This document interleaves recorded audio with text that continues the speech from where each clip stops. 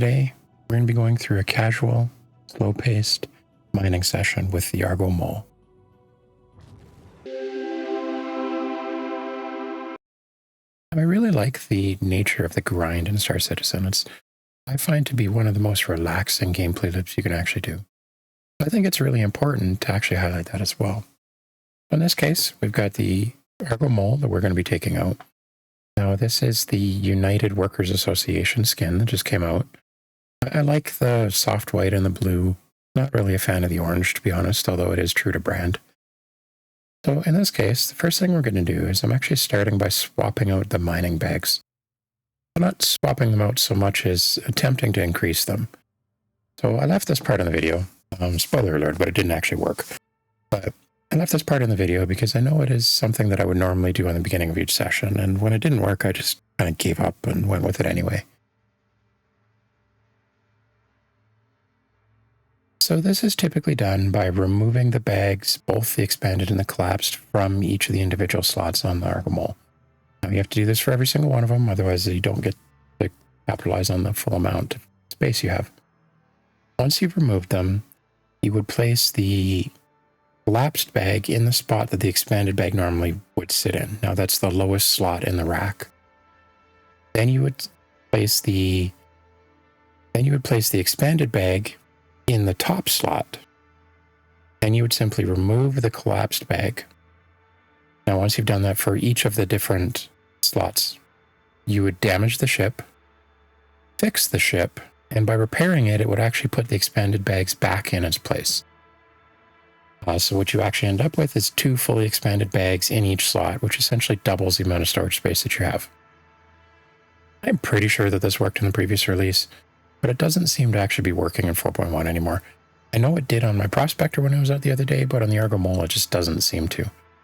Now, I left this part in the video just in case anyone is actually trying it, and it is something I used to do every time I would go out mining. I thought it's important to highlight as well. So in this case, it had actually been a little while since I was out mining, and I had actually misread the Regolith mining tool. I thought that I was looking for a signature in 1980. Turns out I was looking for a signature of 1900. Side note, I should probably get my eyes checked. So I actually spent about the first 45 minutes or so flying around the verse, looking for asteroids that didn't exist. Yeah, a little bit unfortunate on my part. Live and learn, I guess. So in this case, I've flown over to MIC L2. It seems to have a very high chance of actually finding Quantanium at it. I figured it was a good place to go and try. I never did actually find any Quantanium, but I still found some valuable loot anyways. So I'm just using the default layout on the MOLE, at least for the initial part of the video here. And I do end up actually swapping it out partway through, but this is just the default, so it kind of gives you an impression of before and after as well. So in this case, I've found a cluster of 5,700, I believe. I thought it was supposed to be a triple, but all I'm doing is I essentially line up the asteroid. Now, again, it had been a while, so I really forgot how to do this.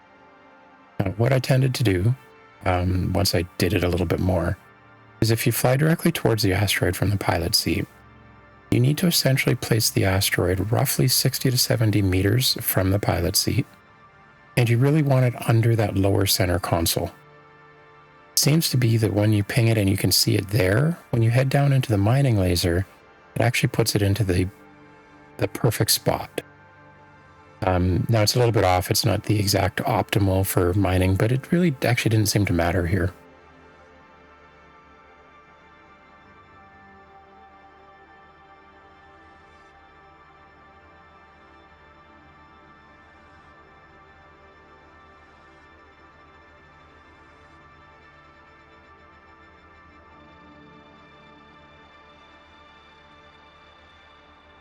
Again, you can tell it's been a little while since I've actually been out mining in the MOLE, and I bought this because a lot of people speak really highly of it, and I wanted to give it a second or third chance, whatever it was at this point.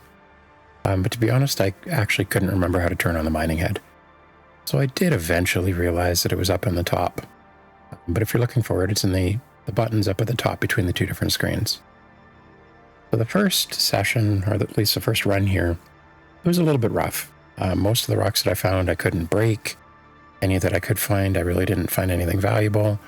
And I actually spent about 4 hours flying around just kind of relearning how to mine.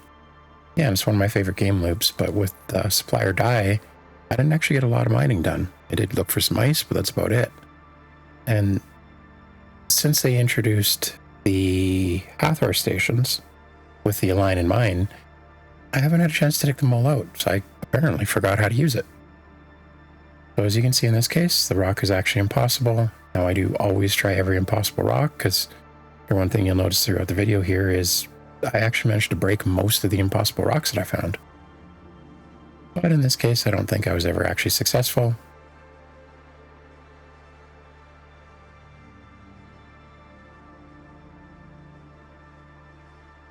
It's actually another important thing that I just figured out here as well, is that in the mole, you have to make sure that the power is allocated to the mining laser. I don't know why it changed. I would never set it lower. But in this case, once I allocated all 3 spots, you'll see that the laser actually kicked on and started working.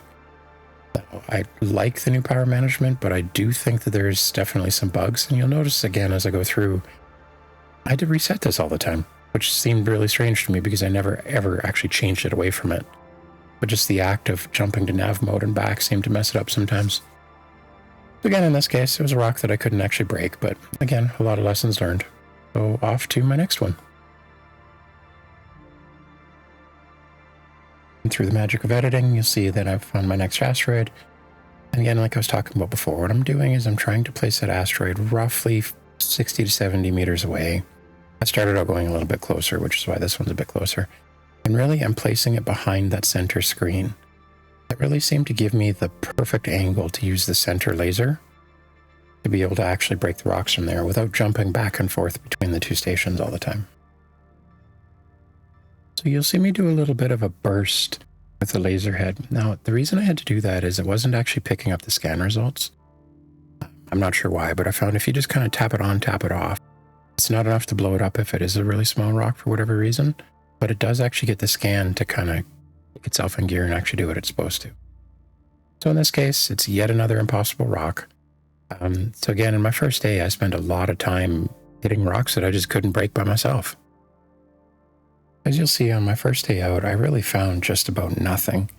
I was hitting rock after rock that I couldn't break or that was impossible, and I was having zero luck whatsoever. All in all, I spent about 4 hours out there, and really it's only about 50,000 UEC of non-refined mined goods. I mean, that's not bad, but for 4 hours, that's really, really bad. I mean, I could have made more money picking up garbage, I think. So, in this case, I throw it onto the refinery to set it up, and I will come back the next day and actually pick it up. So, the normal refinery layout, now there are different methods that you can use to do your refining. I do tend to use the Farion method. I'm not typically in a hurry, and I like the higher yield for the lower cost. Why I tend to pick that one. But I would really suggest that you kind of go through, especially if you have a very high value load, just to make sure that you're getting the optimal yield. I do notice that sometimes even the high yield ones might be slightly lower than other methods. And when you're dealing with a super valuable material, it's actually really worth it. After a disastrous day 1, I had actually bought a couple of mining modules that I placed on my laser. Now, again, forgetting exactly how the mole worked, I actually placed them on the wrong laser. So I headed out in day 2, all gung-ho to go break some rocks. Found my first rock, lined up, and then realized that I didn't have the modules equipped like I expected. But it turns out that day 2 actually ended up being a lot more of a lucky day, and I actually made a lot more money on day 2 mining. So the first rock that I found here turns out to be impossible. Only, it actually wasn't. It was one of those many rocks that you find that they're flagged as impossible, but if you're patient enough, you can actually break it.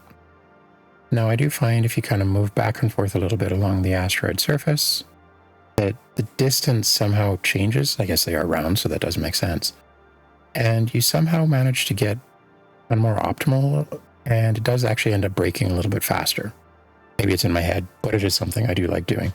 That's why sometimes you'll see me drawing on the asteroids, or really I'm just kind of keeping my mind sane as I sit there and watch the little light hit the little fake rock. But anyway, in this case, I actually was able to break this rock. Now, this seemed to be a growing trend on today, and I really had myself questioning, yesterday when I was doing this, because I was breaking impossible rocks right, left, and center. I don't really understand why, because I had the two modules on the wrong laser. I actually put it on the left-hand side laser, not on the center. But it was working. I was happy. So after several successful asteroid breaks, I actually managed to fill my cargo and headed back to the refinery deck to throw it on for a work order. As you can see, it was actually a lot more profitable run, and this run only took me about 45 minutes to an hour, actually. About 96,000 UEC before it's refined. I'm guessing that'll make me about 200,000, give or take, by the time that it is actually refined, minus refining costs and such. But that's a lot better. It's about double what I actually made in raw or the previous day. That was about 4 hours. So, I mean, I was feeling pretty good at this point. So again, I throw it on as another work order. You can see my first one from the day before is actually complete, but I figured I'd pick them all up at the same time.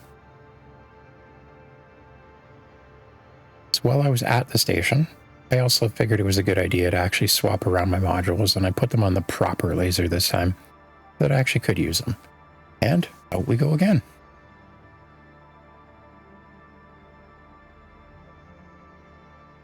You can see here that I've gone with the Riger and the focus modules, and really what I was trying to do is I was trying to optimize my charge window size and my laser power size. I was really trying to counter the fact that I found a lot of rocks the previous day I just simply couldn't break, including this one, even with the module. But personally, I do prefer the passive modules. That's why I've equipped the two that I have. Even if it does mean that I run into the odd rock like this that I can't break, I don't find it the biggest deal. So it took probably 8 more rock breaks, maybe roughly another hour to hour and a half, and I found myself full again. I won't make you sit here and watch every single rock break, because I think you get the gist of exactly how to break rocks in the mole at this point. But just know that I did sit there and grind through all of these. But that being said, about an hour and a half isn't that bad of a grind.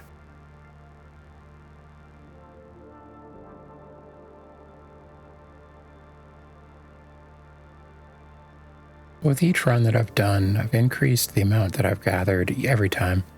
I started out with about 50, then 100, now I'm at 130, and I'm really only 3 runs in. Also notice that each run out is actually taking significantly less and less time. Probably the module is really figuring out all of the little details and stuff like that. Now, the reason that I bring that up is in my initial reviews of the mole, I honestly didn't like it. I found it way too clunky. But I was a regular prospector user. So I think at this point I'm actually starting to kind of convert over to the dark side, if you will. So I figured since I'm having second thoughts about the mole, why not try the Caterpillar? The ship I have in my loaners, for whatever reason, I'm not sure. Never flown it before at this point. I have to admit, what a weird ship to fly. For any of those of you not familiar, you actually kind of sit off on the left-hand side. You can see the cockpit there. And the entire ship almost sits to your right-hand side. Now, you do get used to it reasonably quickly. I mean, I didn't actually crash it, surprisingly. But it was definitely a weird ship. Now, this did have all of my mineable goods in it, so I'm glad that I didn't crash it. But it's also really funny to me, when I first flew up to my extra large hangar in Orison, I thought the ship would struggle to fit. But it turns out it barely takes a quarter of the extra large hangar bay. Yeah, sometimes Star Citizen is just weird like that. Once I've manually unloaded all of the cargo onto the cargo bay, not sure why I like doing that, it's actually off to the TDD to go sell my spoils. The first thing you do, make sure you send your cargo bay down. The number of times I've forgotten to do that is almost sad. See you at the TDD. Over at the TDD, I make sure that I select Orison as my actual source, and I go through the somehow still tedious process of selling off each of the individually refined ores. Now, all of these are the ones that I threw over in the boxes. I had some other things like the Aphrodite in there, but all of these are things that I threw over from the Caterpillar and unloaded. You see, you kind of have to go through one by one, selecting max, selecting cell, selecting max, selecting cell, selecting max, selecting cell. So once I've gone through all of these, I didn't take a track of exactly how much money I made, but I believe it was actually just around the 500,000 UEC mark, which isn't really bad when you consider that the mass majority of that was in about 2.5 hours, give or take, on the second day. Now, the first day was a lot of learnings and a lot of wasted time, so I can't really fairly count that. but I'll gladly take 500,000 credits for a couple of hours work. That seems to be relatively good. I know you can make a lot more money doing some bounties and things like that, but it's a nice, relaxing gameplay loop. Something that I enjoy when I want to wind down at the end of a long day.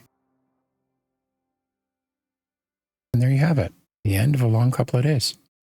If you're interested in watching my comparison between the MISC Prospector and the Argo Mole, click here. Otherwise, I hope to see you in the verse.